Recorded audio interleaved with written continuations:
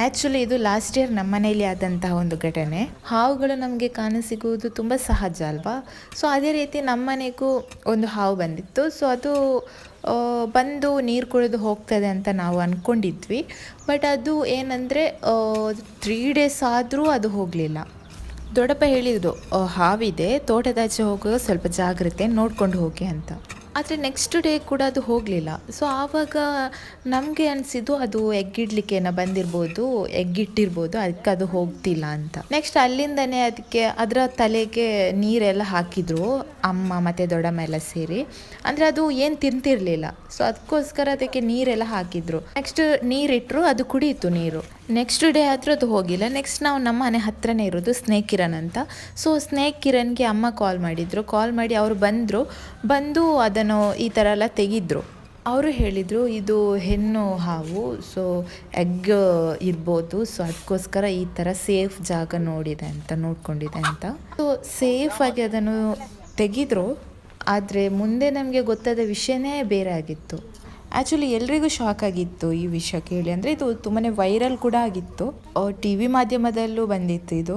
ನಮ್ಮ ದೊಡ್ಡಪ್ಪ ಮತ್ತು ಸ್ನೇಕ್ ಕಿರಣ್ ಅವರು ಸೇಫಾಗಿ ಆ ಹಾವನ್ನು ಇವಾಗ ತೆಗಿತಿದ್ದಾರೆ. ನೋಡಿ 3 ಡೇಸಿಂದ ಅದು ಲಾಕ್ ಆಗಿತ್ತು ಆ್ಯಕ್ಚುಲಿ ಅದರ ಒಳಗೇ. ಅದಕ್ಕೆ ಹೊರಗೆ ಬರಲಿಕ್ಕೂ ಆಗ್ತಿರಲಿಲ್ಲ, ಒಳಗೆ ಹೋಗ್ಲಿಕ್ಕೂ ಆಗ್ತಿರಲಿಲ್ಲ. ಜಸ್ಟ್ ತಲೆ ಮಾತ್ರ ಹೊರಗೆ ಇತ್ತು ಅಷ್ಟೇ, ಬೇರೆ ಏನು ಮೂವ್ ಆಗ್ತಿರ್ಲಿಲ್ಲ. ನಾವು ಅಂದ್ಕೊಂಡಿದ್ವಿ ಅದು ಹಾವು ಸತ್ತೋಗಿದೆ ಅಂತಲೇ ಅಂದ್ಕೊಂಡಿದ್ವಿ. ಮತ್ತೆ ನೋಡುವಾಗ ಸ್ವಲ್ಪ ಒಂದು ಹಾಫ್ ಆನ್ ಅವರ್ ಬಿಟ್ಟು ನೋಡುವಾಗ ಒಳಗೆ ಹೋಗಿತ್ತು ಅದರ ತಲೆ. ಆವಾಗ ನಮಗೆ ಸ್ವಲ್ಪ ಸಮಾಧಾನ ಆಯಿತು, ಹಾವು ಬದುಕಿದೆ ಅಂತ. ನೀರೆಲ್ಲ ಹಾಕ್ತಿದ್ರು ಅದಕ್ಕೆ. ಸ್ನೇಕ್ ಕಿರಣ್ ಅವರು ಹೇಳಿದರು ಮೊಟ್ಟೆ ಇದೆ ಹಾವಿನಲ್ಲಿ, ಸೊ ಹಾಗಾಗಿ ಅದು ಒಳಗೆ ಹೋದದ್ದು ಇವಾಗ ಹೊರಗೆ ಬರಲಿಕ್ಕೆ ಅದಕ್ಕೆ ಆಗ್ತಿಲ್ಲ ಅಂತ ಹೇಳಿದರು. ಸೊ ಹೇಗಾದರೂ ಮಾಡಿ ಅದನ್ನು ತೆಗೆದ್ರು. ನೋಡಿ ಎಷ್ಟು ಉದ್ದ ಇದೆ ನೋಡಿ ಹಾವು, ನೋಡಿ ಎಷ್ಟು ಉದ್ದ ಇದೆ ನೋಡಿ ಹಾವು. ಫೈನಲಿ ಹಾವನ್ನು ತೆಗೆದ್ರು. ಆದರೆ ಅದು ತುಂಬ ವೀಕ್ ಆಗಿತ್ತು. ಸೊ ಅದಕ್ಕೆ ನಮ್ಮ ದೊಡ್ಡಪ್ಪ ಮತ್ತು ನಾವೆಲ್ಲ ಹೇಳಿದ್ವಿ, ಅದಕ್ಕೆ ಟ್ರೀಟ್ಮೆಂಟ್ ಕೊಟ್ಟು ಎಲ್ಲಾದರೂ ಒಂದು ಸೇಫ್ ಪ್ಲೇಸಲ್ಲಿ ಹೋಗಿ ಬಿಟ್ಟು ಬರುವ ಅಂತೇಳಿ ನಾವೆಲ್ಲ ಪ್ಲ್ಯಾನ್ ಮಾಡಿದ್ವಿ. ಮತ್ತು ಸ್ನೇಕ್ ಕಿರಣ್ ಅವರೇ ನಮಗೊಂದು ಕ್ಲಿನಿಕ್ ರೆಫರ್ ಮಾಡಿದ್ರು, ಲಿಟಲ್ ಪೌಸ್ ಕ್ಲಿನಿಕ್ ಬ್ಯಾಂಗ್ಳೂರ್ ಅಂತ. ಅಲ್ಲಿ ತಗೊಂಡು ಹೋಗಿ ಟ್ರೀಟ್ಮೆಂಟ್ ಕೊಡಿ, ಸ್ವಲ್ಪ ಗಾಯ ಆಗಿತ್ತು ಅದಕ್ಕೆ ಆ್ಯಕ್ಚುಲಿ. ಸೊ ತೋರಿಸಿ ಮತ್ತು ಸೇಫ್ ಆದ ಪ್ಲೇಸಿಗೆ ಬಿಟ್ಬಿಡಿ ಅಂತ ಹೇಳಿದರು. ಸೊ ಹಾಗೆ ಅಲ್ಲಿಗೆ ನಾವು ತಗೊಂಡು ಹೋದ್ವಿ. ಲಿಟಲ್ ಪೌಸ್ ಕ್ಲಿನಿಕಲ್ಲಿ ಡಾಕ್ಟರ್ ಯಶ್ನಾ ರವಿ ಅಂತ ಅವರು ಈ ಕೇಸನ್ನು ತಗೊಂಡ್ರು. ಮತ್ತು ಅಲ್ಲಿ ಸ್ಕ್ಯಾನ್ ಎಲ್ಲ ಮಾಡಿ ನೋಡಿದ ಮೇಲೆ ನಮಗೆ ಗೊತ್ತಾದದ್ದು ಏನಂದರೆ ಒಂದು ಶಾಕಿಂಗ್ ವಿಷಯ. ಅದು ಆ್ಯಕ್ಚುಲಿ ಹಾವು ಡಬ್ಬ ನುಂಗ್ಬಿಟ್ಟಿತ್ತು. ಅದು ಡಬ್ಬ ಅದರ ಹೊಟ್ಟೆಯಲ್ಲಿ ಬ್ಲಾಕ್ ಆಗಿತ್ತು.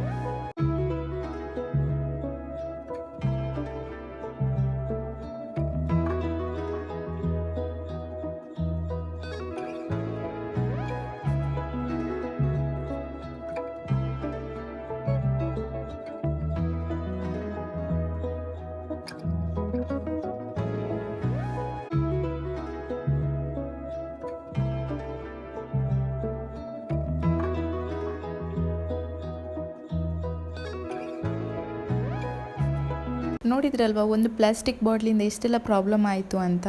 ಪಾಪ ಆ ಜೀವಕ್ಕೆ ಏನ್ರಿ ಗೊತ್ತು, ಹಸಿವು ಅಂತ ತಿನ್ನೋ ವಸ್ತಾಗಿರ್ಬೋದು ಅಂತೇಳಿ ತಿಂದುಬಿಡ್ತು. ಪ್ಲಾಸ್ಟಿಕ್ನ ಉಪಯೋಗಿಸಿ ಸಿಕ್ಕ ಕಡೆ ಎಲ್ಲ ಬಿಸಾಡುವ ಬದಲು ಡಸ್ಟ್ಬಿನ್ಗೆ ಹಾಕಿ, ಅದರಿಂದ ಒಂದು ಜೀವನಾದರೂ ಉಳಿಯುತ್ತೆ. ಪ್ಲಾಸ್ಟಿಕ್ಕಿಂದ ತೊಂದರೆ ಇದೆ ಅಂತ ಗೊತ್ತಿದ್ರೂ ಜನರು ಎಲ್ಲೆಲ್ಲಿ ಬಿಸಾಡ್ತಾರಲ್ವ, ಅಂಥವ್ರಿಗೆ ಏನು ಹೇಳ್ಬೇಕಂತ ಗೊತ್ತಿಲ್ಲ. ಮನುಷ್ಯರು ಮಾಡುವ ತಪ್ಪುಗಳಿಗೆ ಪ್ರಾಣಿಗಳಿಗೆ ಶಿಕ್ಷೆ, ಅದರ ಬದಲು ಮನುಷ್ಯರಿಗೇ ಪ್ರಾಬ್ಲಮ್ಸ್ ಆಗಲಿ ಅಲ್ವಾ. ಸರ್ಜರಿಯಾಗಿ 15 ಡೇಸ್ ಹಾಸ್ಪಿಟಲಲ್ಲಿತ್ತು ಹಾವು. ಟ್ರೀಟ್ಮೆಂಟ್ ಕೂಡ ಆಗ್ತಿತ್ತು. ಎಲ್ಲ ಕ್ಲಿಯರಾಗಿ ಗುಣ ಆದ ನಂತರ ಹಾವನ್ನು ಸೇಫಾಗಿ ಕಾಡಿನಲ್ಲಿ ಬಿಟ್ಟರು. ಅದು ಕಾಡಿನಲ್ಲಿ ಬಿಡುವ ಮುಂಚೆ ಅದಕ್ಕೆ ಇರುವೆ ಎಲ್ಲ ಬಂದರೆ ಕಷ್ಟ ಅಂತೇಳಿ ಅದಕ್ಕೆ ಆಯಿಂಟ್ಮೆಂಟ್ ಎಲ್ಲ ಹಚ್ಚಿ ಕ್ಲೀನ್ ಮಾಡಿ ಅದನ್ನು ಬಿಟ್ಟರು. ಅದೇ ಸ್ನೇಕ್ ಕಿರಣ್ ಇವರು. ಸ್ನೇಕ್ ಕಿರಣ್ ಅವರಿಗೆ ಎಷ್ಟು ಥ್ಯಾಂಕ್ಸ್ ಹೇಳಿದ್ರು ಅದು ಸಾಲಲ್ಲ, ಅಷ್ಟು ಹೆಲ್ಪ್ ಮಾಡಿದ್ದಾರೆ. ಮತ್ತು ಡಾಕ್ಟರ್ ಯಶ್ನಾ ರವಿ ಅವರು, ನೀವೊಂದು ಜೀವಿನ ಮಗು ಹಾಗೆ ನೋಡ್ಕೊಂಡಿದ್ದೀರಾ. ತುಂಬ ಥ್ಯಾಂಕ್ಸ್ ನಿಮಗೆ.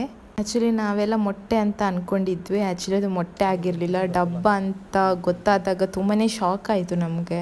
ಪಾಪ ಅದು ಎಷ್ಟು ಪೇಯ್ನ ಅನುಭವಿಸಿರ್ಬೋದು ಅಂತ. ಹಾವೆಲ್ಲ ಬಂದರೆ ಅದನ್ನು ಕೊಲ್ಲಬೇಡಿ, ಪಾಪ ಅದು ಒಂದು ಜೀವಿನೇ ಅಲ್ವಾ.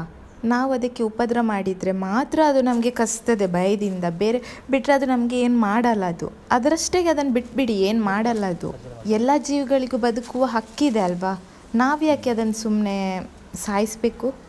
ಈ ಭೂಮಿ ಅಂದಮೇಲೆ ಮನುಷ್ಯರಿಗೆ ಮಾತ್ರ ಅಲ್ಲ ಬದುಕುವ ಹಕ್ಕಿರೋದು, ಪ್ರಾಣಿಗಳಿಗೂ ಎಲ್ಲ ಜೀವಿಗಳಿಗಿರುತ್ತೆ. ಸೊ ಅದಕ್ಕೋಸ್ಕರ ಪ್ರಾಣಿಗಳಿಗೆ ಪ್ರಾಬ್ಲಮ್ ಆಗೋ ಥರ ನಾವು ಯಾವತ್ತೂ ಮಾಡಬಾರ್ದು. ಆದಷ್ಟು ಪ್ಲ್ಯಾಸ್ಟಿಕ್ನ ಬಿಸಾಡೋದನ್ನು ಸ್ವಲ್ಪ ನಿಲ್ಲಿಸಿ, ಕಮ್ಮಿ ಮಾಡಿ. ನಿಮಗೆ ಏನು ಮಾಡೋಕ್ಕಾಗಿಲ್ಲ ಅಂದರೂ ಪರವಾಗಿಲ್ಲ, ಸುಮ್ಮನಿರಿ.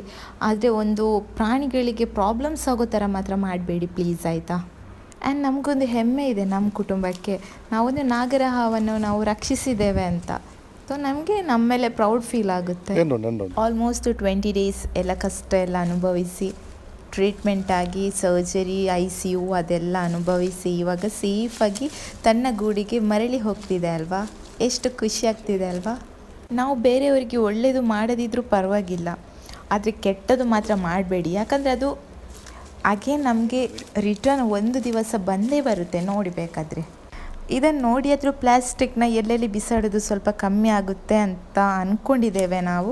ಬದಲಾಗದಿದ್ದವರು ಇನ್ನಾದರೂ ಬದಲಾಗಿ ಜೀವಿಗಳನ್ನು ರಕ್ಷಿಸಿ ಅಷ್ಟೇ.